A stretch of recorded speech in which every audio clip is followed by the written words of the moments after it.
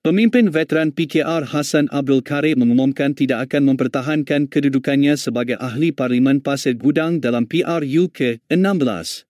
Beliau membuat pengumuman itu ketika merasmikan mesyuarat agung tahunan cabang PKR Pasir Gudang semalam. Malah dia turut mengesahkan dia tidak akan bertanding dalam pemilihan parti yang akan datang.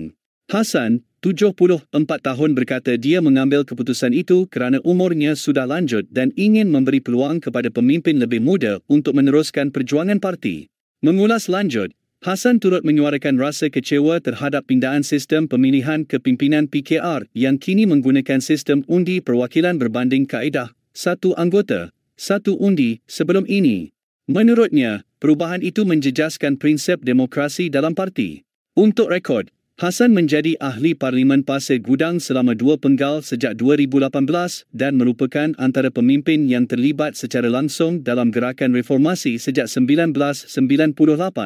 Sebagai ahli Parlimen Kerajaan, Hassan telah beberapa kali, sama ada di dalam atau di luar Dewan Rakyat, menyuarakan pendiriannya yang ada kala bercanggah dengan pendirian parti atau kerajaan, termasuk mengenai isu-isu sensitif.